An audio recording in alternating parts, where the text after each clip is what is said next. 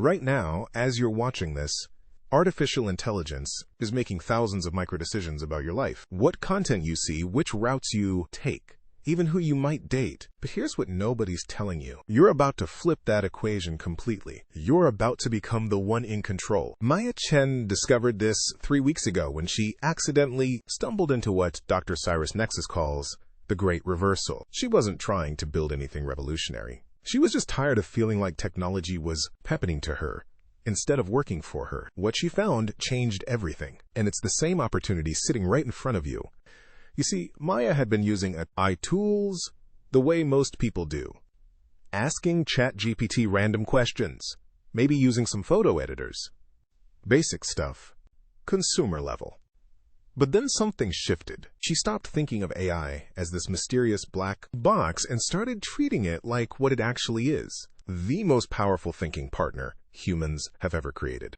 That's when her whole world accelerated. The problem is most people are still stuck in what Dr. Nexus calls the passenger mindset. They're sitting in the back seat while AI drives their digital experience. They use whatever algorithms social media feeds them. They accept whatever recommendations streaming services suggest. They let AI happen to them instead of directing it. And here's the thing. That's exactly backward from how the most successful people are approaching this moment in history. Dr. Nexus has been studying this phenomenon for the past 2 years, watching how different types of people interact with AI systems. His research revealed something fascinating. There's a clear dividing line forming. On one side, you have people who treat AI like magic, mysterious, unpredictable, maybe a little scary. They use it passively, if at all. On the other side, you have people who figured out something crucial. AI isn't magic. It's a thinking tool, the most sophisticated thinking tool ever created. And like any tool, the person who learns to use it best gets the biggest advantage. The difference isn't technical knowledge, it's mindset. It's understanding that AI doesn't replace human intelligence. It amplifies it. It takes your thoughts, your creativity, your problem-solving ability, and puts a turbo engine on all of it, but only if you know how to direct it. This is where Maya's story gets really interesting. She works in marketing for a mid-sized company. Nothing too fancy. But once she shifted her approach to AI, everything changed. Instead of spending hours researching competitors, she taught AI systems to monitor her industry and deliver customized reports every morning. Instead of struggling with campaign ideas, she learned to use AI as a creative brainstorming partner that could generate hundreds of concepts in minutes.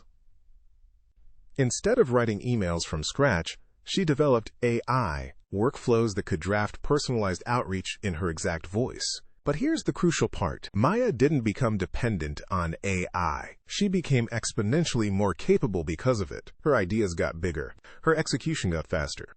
Her results got better. She went from being good at her job to being indispensable at her job. Because while her colleagues were doing things the old way, Maya was operating at superhuman speed and quality. Dr. Nexus calls this cognitive leverage. It's what happens when you stop thinking of AI as artificial intelligence and start thinking of it as augmented intelligence. Your intelligence, boosted and accelerated by the most powerful processing systems on Earth. The people who understand this are building what he calls personal AI operating systems. They're not just using random AI tools. They're creating integrated workflows where AI amplifies every aspect of their thinking and working. Think about it this way. Right now, you probably use your smartphone as an extension of your memory. You don't memorize phone numbers anymore because your phone handles that. You don't memorize directions because GPS handles navigation. Your phone became part of your cognitive toolkit without you even thinking about it. The same thing is happening with AI right now, except the scale is completely different. We're not just talking about memory and navigation. We're talking about research, analysis, creativity, problem-solving, communication, learning, basically every cognitive task that makes you valuable in the modern world. The people who are adapting fastest aren't necessarily the most technical people. They're the ones who recognize the pattern. They see that we're living through a transition moment. For maybe the next 2 years, there's going to be a massive advantage available to people who learn to work with AI effectively. After that, it becomes standard. Everyone figures it out. The advantage disappears. But right now, in this window, Learning to direct AI systems is like learning to use the internet in 1995. The upside is enormous if you move fast. So what are the prepared actually doing? They're building personal AI workflows. They're teaching AI systems to understand their work style, their voice, their goals. They're using AI to automate research, generate ideas, refine their thinking, and execute faster than ever before. They're treating I like the ultimate thinking partner, something that never gets tired, never gets blocked, and can process information at superhuman speed. Maya told me something interesting last week. She said the weirdest part isn't how much more she can accomplish, it's how much more creative she's become. Because when AI handles the routine thinking tasks, her brain is free to focus on the high-level strategy, the big-picture connections, the truly human insights that no system can generate. She's not competing with AI. She's dancing with it. This is the future Dr. Nexus sees coming. Not humans versus machines, but humans with machines versus humans without machines. The people who learn to leverage AI aren't going to be replaced by AI.